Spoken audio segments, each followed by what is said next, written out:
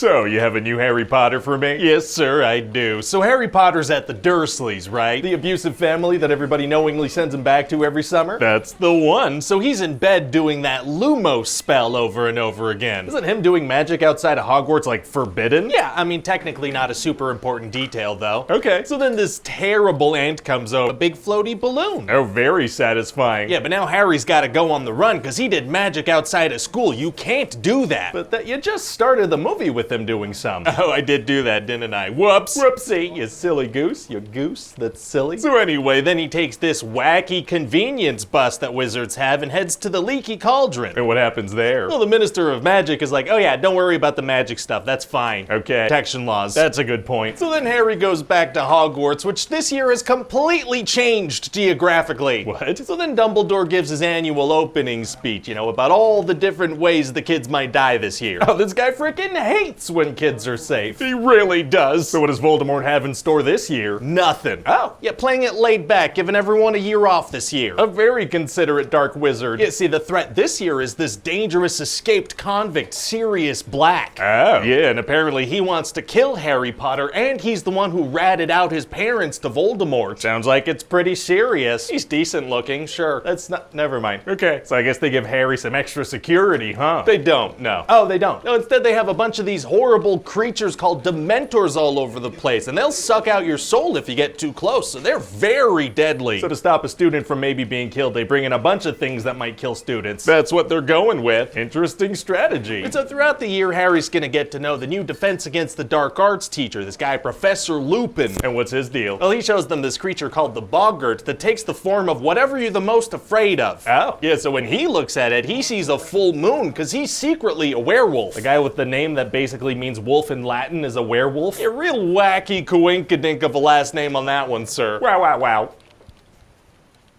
Wow. So the trick to defeating a boggart is to imagine your fear doing something really funny. Like this one girl's afraid of a giant snake, so she thinks of a giant unblinking clown. Oh my god, how is that better? Yeah, I don't know about that one, to be honest. Jeez. So anyway, eventually the Weasley twins give Harry this little map called the Marauders map. And what does that do? This is friggin' map of Hogwarts that shows you where everybody is. Okay. And then one day Harry sees this name on the map, Peter Pettigrew, but Lupin's like, that's impossible, that guy's dead. Oh, very mysterious. Yeah, very mysterious, and later a dog drags Ron under a tree. Is that related to the plot, or is that just a thing that happens to Ron? Both, technically. So now Harry and Hermione have to save him, but that tree is the Whomping Willow. Okay, now is that willow that whomps? That's the one, yeah. I thought so. So the Whomping Willow freaking picks up Hermione, sends her spinning around in the air like crazy. Uh-oh. And then as she's whizzing on by, she picks up Harry with one arm and drags him along too. I feel like that would snap her arm. Yeah, no, she's got like super strength for this one scene, don't worry about it. Oh, okay, I won't. And then she launches him into this hole under the tree thanks to the superhuman coordination she also has in this scene. Oh, tree holes are tight. Gross, sir. So then they end up in this house and Sirius Black is there. Oh no. And then Lupin pops out too, and turns out they're buddies. Oh. And they're gonna talk super vaguely for a while to make it seem like they're evil and like they're gonna kill Harry, but they're not. Oh, characters love speaking vaguely right before big twists. They sure do, sir. So then it turns none of their business. So what was Wormtail's strategy? Just live with the Weasleys for 12 years in the hopes that the kids would become friends with important wizards? Sure seems that way. And what was Sirius's strategy? Just break into a heavily guarded school and kill the one guy who could clear his name? Sure seems that way. Well, okay then. So what happens with Wormtail? Well, he ends up escaping because Lupin forgot to take his full moon potion on a full moon, so he turns into a werewolf. A werewolf whose biggest fear is full moons forgot about the full moon? He does, and then also some Dementors start attacking, so Harry and Sirius are both like about to die. Oh man, it's gonna be tough to get out of that situation. Actually, it's gonna be super easy. Barely an inconvenience. Oh, really? Yeah, see, they use Hermione's time machine to go help themselves. What? Hermione has a time machine? Yeah, she was entrusted with this time turner device so she could double up on her classes and learn more. Why would they trust her? She's broken multiple rules multiple times over the past couple of movies. Yeah, but see, she's book smart, so they give her the ability to,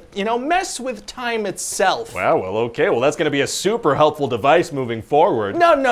But- No, never again. Okay, but... Nope. All right. And so all that works out well, but Sirius gets captured because now that Wormtail's gone, there's nobody to prove his innocence. Can they maybe use a truth potion to prove what happened, or do that thing where they pull memories out of people's heads? Oh, well, here's the thing about that. Shut up about that. Oh, that's super mean. So they go break Sirius out of the little cell he's being kept in and set him free. Aren't there any guards or anything? No, see, they capture one of the most wanted criminals in the wizarding world and leave him in a little unguarded cell. Oh, well, that's great. Yeah, it worked out fantastic. So how does the movie end? Well, Harry gets a very nice new broom, and then we freeze frame on him enjoying it. What? Yeah, just an aggressive freeze frame on him enjoying it. That's a choice. It sure is, sir. So what do you think? Well, it sounds like a great movie. Thank you. One more thing, though. Unfortunately, we're gonna have to find somebody new to play Dumbledore since Richard Harris passed away. Oh, yeah. Did you have anyone in mind? Well, I don't know, but it's gotta be someone who could bring his mysterious nature and great wisdom to the screen, you know? That's a good point, yeah. And that'll have to do until one day we cash in and give people the young, hot Dumbledore they really want. Why would anyone want to see that? I don't see that happening.